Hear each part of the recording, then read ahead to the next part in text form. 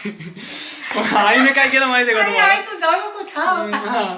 आईने काय केलं हा, तर मग आईनं ना सुरुवातीला ना मला हे दाखवलं. तर आईनं कप पण आणला आणि पियायला कप पण आणला. नाही मला वाटलं ते ज्यूस आहे. मित्रांनो बघा ना, हे दुरून बघा, हे बघा ज्यूस दिसायले ना. फक्त नाव घेऊ जरा, तुम्ही जरा हे करा, इग्नोर करा. नमस्कार मित्रांनो, पुन्हा एकदा तुमचं स्वागत आहे ब्लॉग मध्ये. आता ना दिवसभर घरी कोण नव्हतं मित्रांनो, खरं सांगतो. दिवसभर कोणी घरी कोण नव्हतं आणि आई बाप्पा सगळे ड्युटीला जातात आणि आता सगळे घरी आले की यांची किरकिरी सुरू होती. आता नुसते भांडणं करतात, नुसते भांडणं करतात. काय सांगू तुम्हाला, घरात बसून असं वाटते आई बाबा नसले घरी तेच चांगलं वाटते ना. खायलीच की ते भारी आहे. ते याच्यामध्ये ना वेगवेगळ्या प्रकारचे असतात मित्रांनो. बिया आहेत. काय कशाच्या आहेत बिया? आता आम्ही कधी खाल्लं नाही, दीदीनं पाठवले. हा नाही रे, याच्यात वेगळंच काहीतरी येतं, दाखवतो. हे बघा मित्रांनो, हा ड्रायफ्रूट सारखं आहे. याच्यामध्ये ना काजू आहे, बदाम आहे आणि याला बिया कोणत्या आहेत की हिरव्या हाडांसाठी. तर आज तुम्हाला सांगतो, सकाळी एक ना मस्त जोक झाला. काय झालं माहिती आहे का,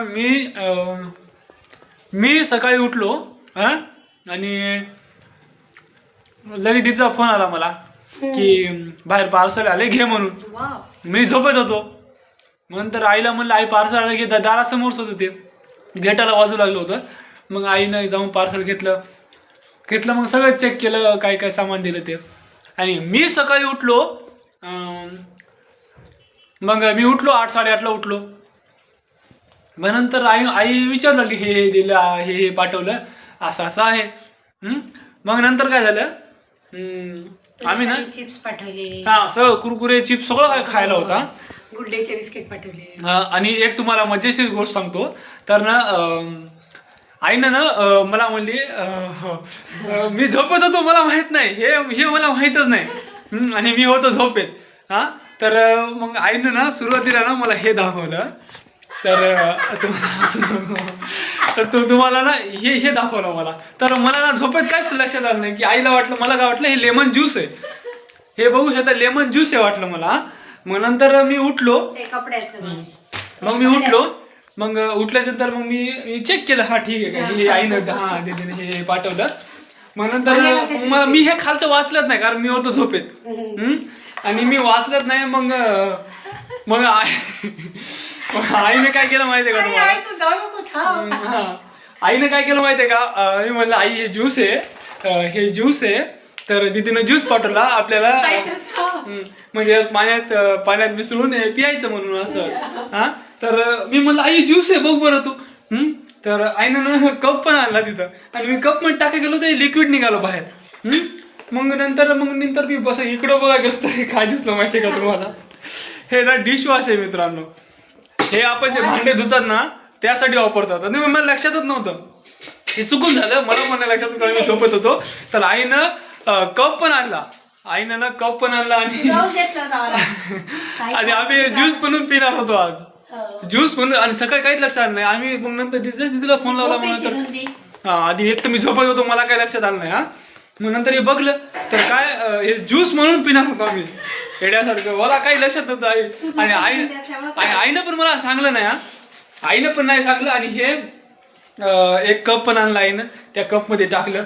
मग नंतर बायचान्स असं मग मी असं टेस्ट केलं, तर एकदमच लागलं, ते वेगळंच लागलं. मग नंतर बघलं, अरे बापरे, डिशवॉश आहे. भांडे धुतात आपण ते. हे भांडे धुवायसाठी होतं, तर मला लक्षात आलं नाही. ही एक चूक झाली.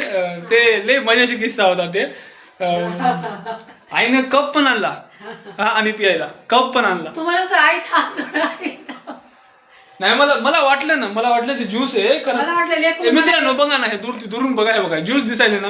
फक्त नाव घेऊ जरा, तुम्ही जरा हे करा, इग्नोर करा नाव, कारण मी झोपेच्या धुंदीमध्ये होतो, तर याच्यामुळे हे नाव पण नाही दिसलं. बघा ना, हे दुरून बघा लेमन ज्यूस वाटायलाय. तर मला वाटलं तिथे ना काही ज्यूस वगैरे पाठवला असेल, आई ज्या हेल्थसाठी पाठवला असेल. तर ते मी जस्ट मग आई म्हणलं, आईला म्हणलं ज्यूस आहे. तर तुझी आजी येणार आहे का रे? तुझे काका आले फरांचे? तर मित्रांनो हे अशी गत झालेली आहे. आता त्याला काय सांगावं पण जाऊ दे, काय होत नाही. तुझी माय येणार आहे का रे गावातून? कोणती माय? गावाकडची? नाही, ती काय झालं माहिती आहे का, काकाचा फोन आलता. तर काका म्हणले आजीला हे दाखवायचं, कानाचं ऑपरेशन का म्हणजे ऐकू नाही गेलं म्हणे, मशीन घ्यायची होती का? मशीन घ्यायची ते म्हणून लागले होते. तर पैसे गिसे पाठवते तर जावं लागतं. तुझे काका आले का रे फरांचे? आले वाटले, आले मला तुला फोन फोन आलता का? हा मला फोन आलता. काय म्हणले मग? काय नाही म्हणजे असं असं करायचं म्हणे ऑपरेशन, तर ये म्हणे पप्पाला घेऊन जा म्हणे.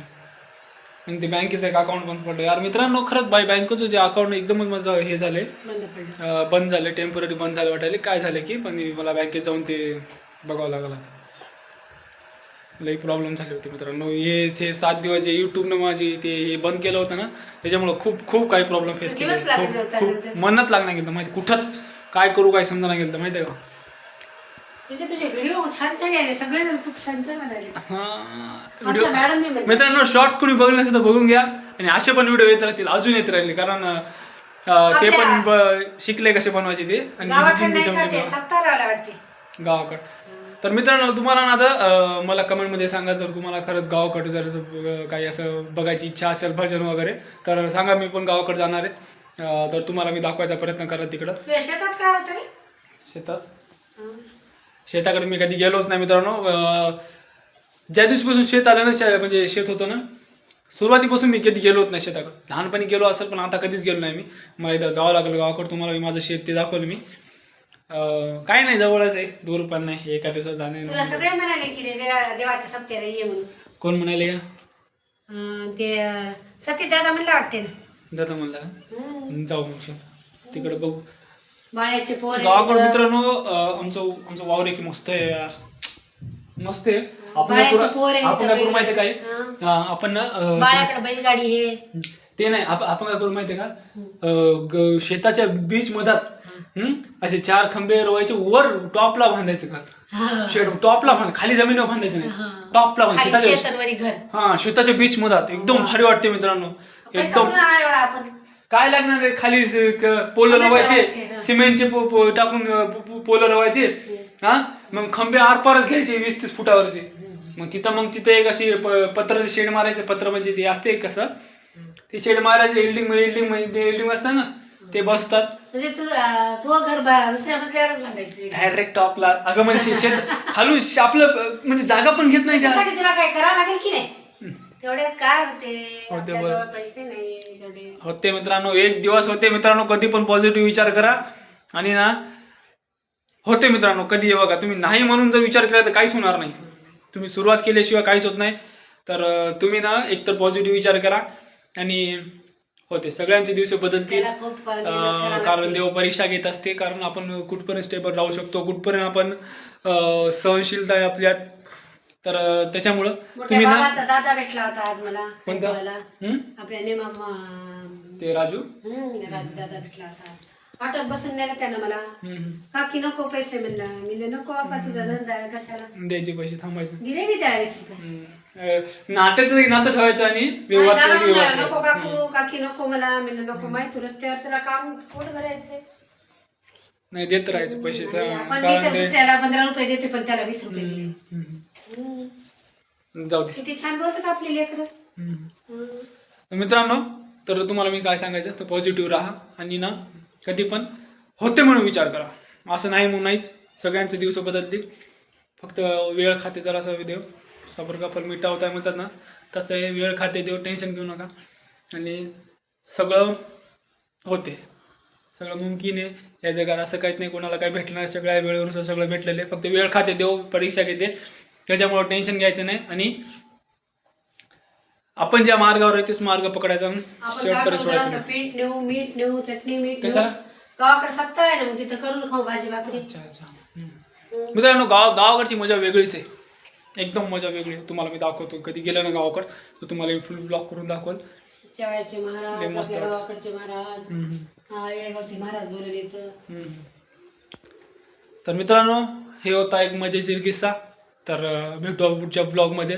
जर तुम्हाला व्हिडिओ आवडला असेल लाईक करा, शेअर करा, सबस्क्राईब करा. मग भेटू पुढच्या ब्लॉगमध्ये. आता चला बाय. स्वतःची काळजी घ्या, आई बापाची काळजी घ्या. बाय.